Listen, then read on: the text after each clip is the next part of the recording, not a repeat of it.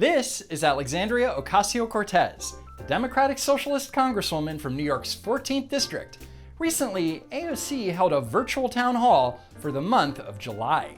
Welcome everyone to our town hall, our July town hall. I am so incredibly excited to be having this conversation with each and every one of you. It is a very, very, very special town hall.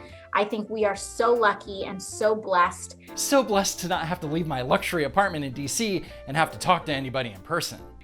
We are going to be talking about police reform. We are going to be talking about the overall fight for justice. What does a better justice system look like? Right now, we don't really have a justice system. In many ways, we have an injustice system. Oh, good grief. We have Ariel Ekblad, who again is my chief of staff, but she is also an adjunct professor of alternative dispute resolution at Georgetown University. She is a deep scholar, both in conflict remediation and alternative ways to find justice and establish justice, as well as having a very deep history in she's going to kind of speak to us about the history of what has brought us to this moment. Oh, this is going to be fantastic.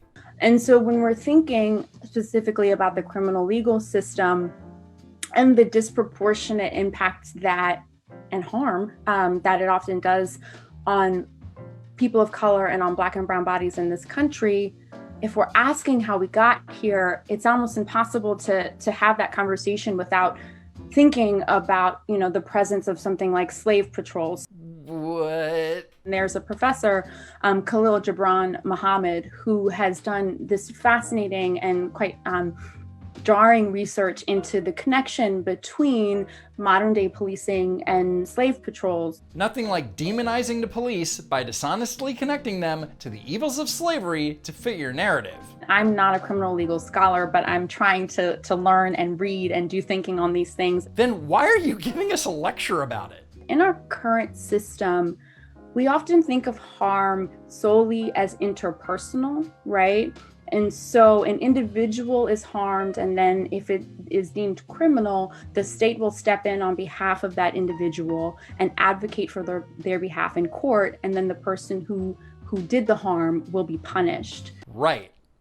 Wait, what's the problem? And so then I want to then link to sort of the second part of my work and my research that really informs how I think about this moment, and that's the work of transformative justice. Transformative justice is when the offender sits down in a room with a transformative justice practitioner and the harmed individual. Then, everyone involved figures out what the offender needs to do to make things right. Maybe they need to pay the harmed individual restitution. Or maybe the offender apologizes and promises to never do it again. And so if we're thinking about a person who took your car, transformative justice practitioners would then ask, okay, but how is that person who took your car, how have they been harmed on an interpersonal and structural level? So let's say that someone does steal your car. First of all, is this transformative justice practitioner trained to track the car down and investigate who stole it? And did they even have the authority to knock on the offender's door and demand that they attend a transformative justice sit-down with their victim? And what happens when the transformative justice practitioner concludes that the offender needs to pay the victim restitution? What if the offender doesn't fulfill their obligations? Do they end up going to jail, or do they just have infinite sit-downs until it's all resolved? Transformative justice practitioners look for what I call the lineage of harm. And so this idea of finding the connecting point between that interpersonal harm and the structures or the systems that exist that led to that harm. So we need to explore the lineage of harm and ask the offender who and what structural system hurt you, and then backtrack all the way to 1619, which will absolve them of any wrongdoing. Because personal responsibility goes out the window when you can blame your actions on everything and everyone else. So constituents asked AOC over Zoom how defunding the NYPD will keep New York City residents safe, and asked her about the recent dramatic rise in crime. We have shoved more and more and more money every single year into the NYPD, $6 billion. And it has not prevented this uptick in crime. So why, but let's back up. Why is this uptick in crime happening? Turns out it's a lot of reasons. The biggest reason by far is bail reform, which I have spoken about in previous videos. If suspects are arrested for one of 150 crimes, like third-degree burglary, second and third-degree robbery, second-degree manslaughter, fourth and fifth-degree arson, aggravated vehicular manslaughter, stalking, or stalking as a hate crime, they cannot be held in jail. Instead, they will be released until their court date. And many of the people released commit crimes again and again and again. At first, the NYPD, they went out and they said, okay, this uptick in crime is happening because of bail reform, because of all of these reforms that we had now. Wait, but they just released data a couple weeks ago that showed that out of almost all the people who have been found to have kind of committed crimes, etc., almost none have been re-released due to the bail reform. I know this is going to come as a shock, but Congresswoman Ocasio-Cortez is incorrect. Back in March, the NYPD claimed that 482 people who were arrested and released during the first 2 months of 2020 were responsible for 846 additional crimes. Meanwhile, thousands of prisoners were released from Rikers Island due to concerns with the coronavirus. 13% of those released were arrested again for other crimes. And the day before AOC's town hall, Governor Cuomo acknowledged this in a press conference. 13% were rearrested, but then those 13% contributed, right? But when it comes to crime, if 13% of a group are committing to a crime spike, then that's a problem. But to AOC, it's almost none. Almost none. With that said, as of July 12th, burglary, auto theft, and crimes in public housing are way up. But those stats have been overshadowed by the number of shooting victims and shooting incidents, which have skyrocketed.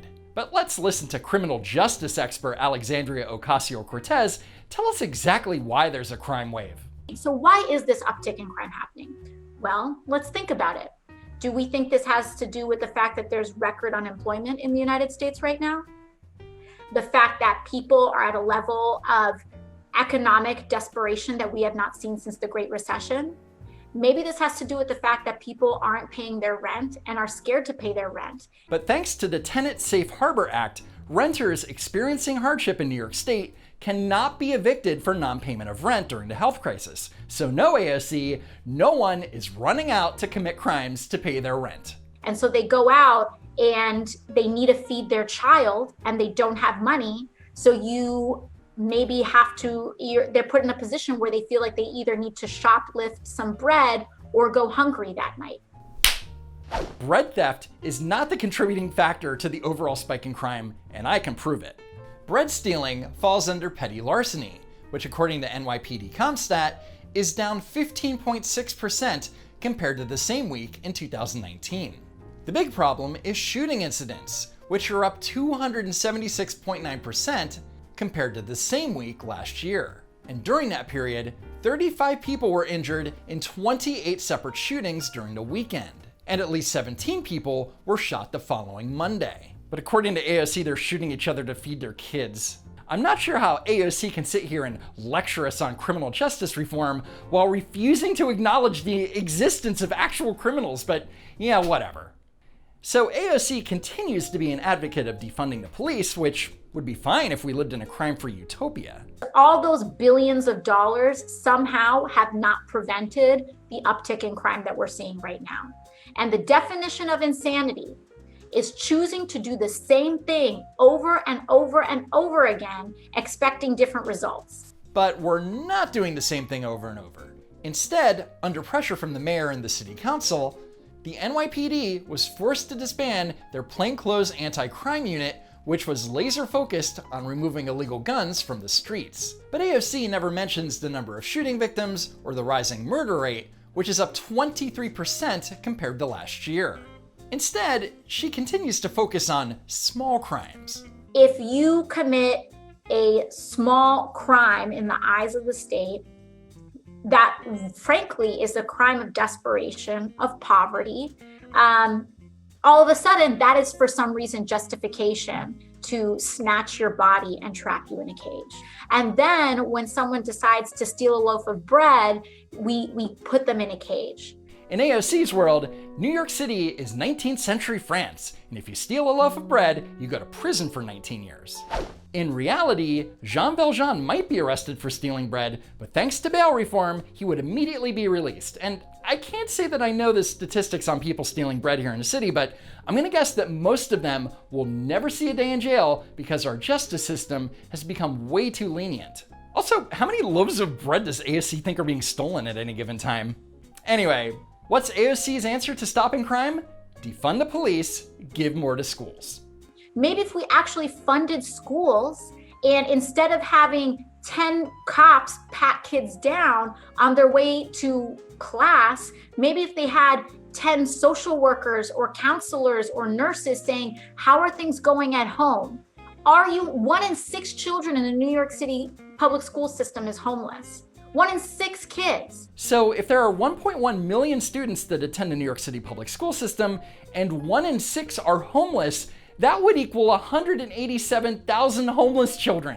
Of course, that number is impossible considering that there are only 55,000 homeless people in New York City in total. She's only off by a factor of 10. No big deal. Maybe if we actually funded schools. But we do fund schools. According to the US Census, the latest statistics show that New York City already spends more money per student than any other district in the entire country, spending nearly $22,000 per student. And despite that record spending, when you look at 2019 New York State test scores, only 47.4% of New York City students scored proficient in reading, and only 45.6% passed the math portion. So AOC claims that we should defund the NYPD because they're failing to stop the crime surge, but by her own logic, we should also defund the New York City Department of Education because we outspend every other school district in the country and we can't even hit 50% in test scores. And while we're at it, let's defund AOC because giving her a second term isn't going to help anybody. And the definition of insanity is choosing to do the same thing over and over and over again, expecting different results. Couldn't have said it better myself. Anyway, thanks for watching, sharing, and hitting that like button. A very special thanks to Poofy for all of her help with the script this week, and be sure to follow her on Twitter and Parler at Saint Sundaday. And follow me on both platforms too at Don't Walk Run. And be sure that you're still subscribed to the channel, and as always, I hope to see you next time. Maybe if we actually funded schools, you would be better at math.